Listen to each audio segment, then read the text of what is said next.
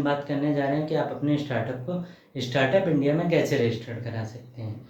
तो इस शुरुआत करने से पहले आपको कोई एक चीज़ बता दें कि स्टार्टअप इंडिया इनिशिएटिव की शुरुआत गवर्नमेंट ऑफ इंडिया ने 16 जनवरी 2016 को की थी। इसका मेन ऑब्जेक्टिव यह था कि इंडिया में स्टार्टअप्स को प्रमोट करना। इसके लिए गवर्नमेंट ने कुछ एलिजिबिलिटी क्राइटेरिया सेट किए थे और इसके साथ साथ उन्होंने एक टीम बनाई थी जो आपको स्टार्टअप क्राइटेरिया पूरा करने में हेल्प करती। तो यही क्राइटेरिया हम आपके साथ शेयर करने जा रहे हैं। इसमें सबसे पहला जो क्राइटेरिया है वो है कि आपका स्टार्टअप जो है वो रजिस्टर्ड होना चाहिए या फिर प्राइवेट लिमिटेड में या लिमिटेड लायबिलिटी पार्टनरशिप में या पार्टनरशिप फर्म में।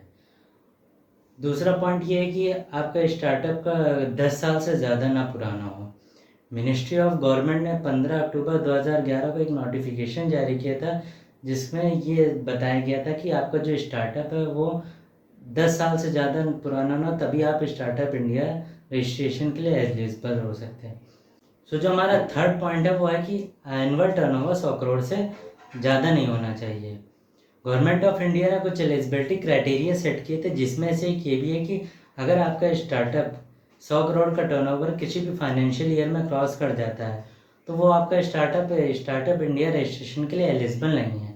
पहले ये लिमिट 25 करोड़ रखी गई थी, बाद में इसको चेंज करके 100 करोड़ कर दिया गया। जो हमारा नेक्स्ट पॉइंट है वो है कि आपका startup department of industrial policy and promotion board से रजिस्टर्ड होना चाहिए। इसी के अंदर आपका स्टार्टअप इंटर मिनिस्ट्रियल बोर्ड से रजिस्टर्ड होना चाहिए जो कि department of industrial policy and promotion board ने ही बनाया है। इंटर मिनिस्ट्रियल बोर्ड में आपको एप्लीकेशन सबमिट करने के लिए कुछ डॉक्यूमेंट्स की नीड होगी। इसमें सबसे पहला है कि आपको एक रिकमेंडेशन लेटर चाहिए होगा जो इंक्यूबेटर पोस्ट ग्रेजुएट इंडिया के कॉलेज का ही होना चाहिए। दूसरा है आपको एक 20% इक्विटी फंड का एक लेटर चाहिए होगा जो कि इंक्यूबेटर या एंजल फंड से वेरीफाई होना चाहिए। थर्ड पॉइंट ये है कि आपको एक फंडिंग लेटर चाहिए होगा जो सेंट्रल गवर्नमेंट या स्टेट गवर्नमेंट से वेरीफाई हो।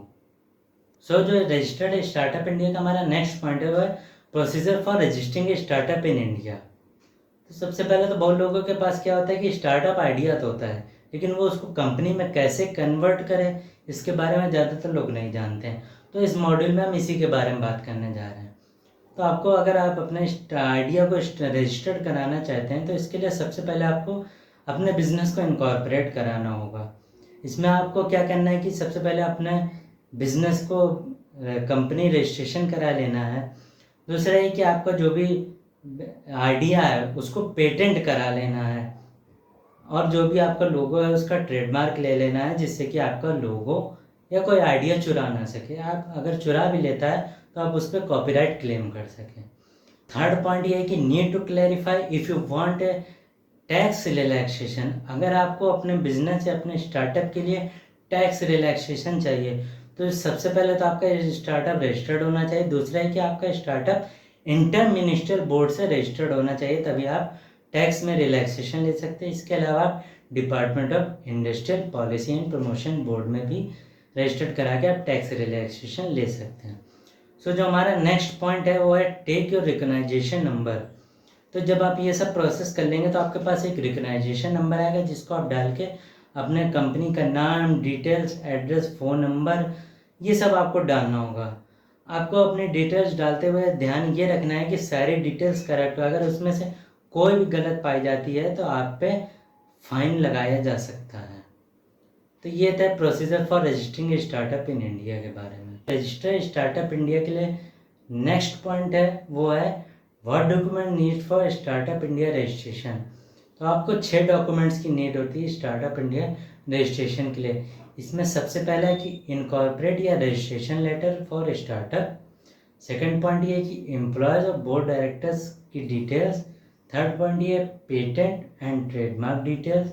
फोर्थ है पैन नंबर। फिफ्थ है उद्योग रजिस्ट्रेशन। सिक्स्थ है एमएसएमई रजिस्ट्रेशन कॉपी। इस तरीके से आप अपने स्टार्टअप को रजिस्टर्ड करा सकते हैं। सो अभी तक हमने आपको स्टार्टअप इंडिया रजिस्ट्रेशन के प्रोसीजर्स के बारे में बताया था। अब हम आपको स्टार्टअप इंडिया रजिस्ट्रेशन के बेनिफिट्स के बारे में बताएं।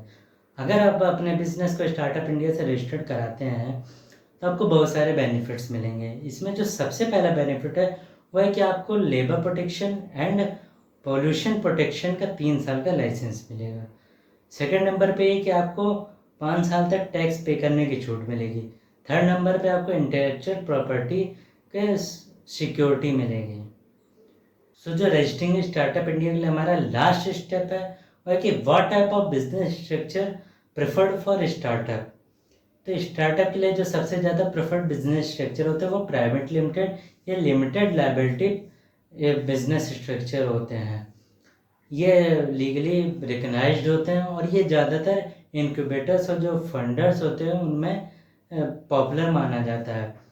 प्राइवेट लिमिटेड के लिए रूल्स एंड रेगुलेशन स्ट्रिक्ट होते हैं और इनका चार्जेस भी हाई होते हैं। वहीं दूसरी तरफ लिमिटेड लायबिलिटी पार्टनरशिप में चार्जेस में कुछ परसेंटेज का डिस्काउंट भी होता है। इनके रूल्स और रेगुलेशन इतने स्ट्रिक्ट नहीं होते हैं। सो ये जो हमारा पूरा सेशन था वो था how to register the startup in India. तो आपको कैसा लगे ये हमारे द्वारा दी गई जानकारी, आप हमें कमेंट सेक्शन में बता सकते हैं। अगर आपके दिमाग में कोई क्वेश्चंस या कोई क्वेरी या कोई सजेशन है तो भी आप हमें कमेंट सेक्शन में बता सकते हैं या फिर हमें मेल भी कर सकते हैं। मेल आईडी हमारे डिस्क्रिप्शन में दी गई है। Thank you.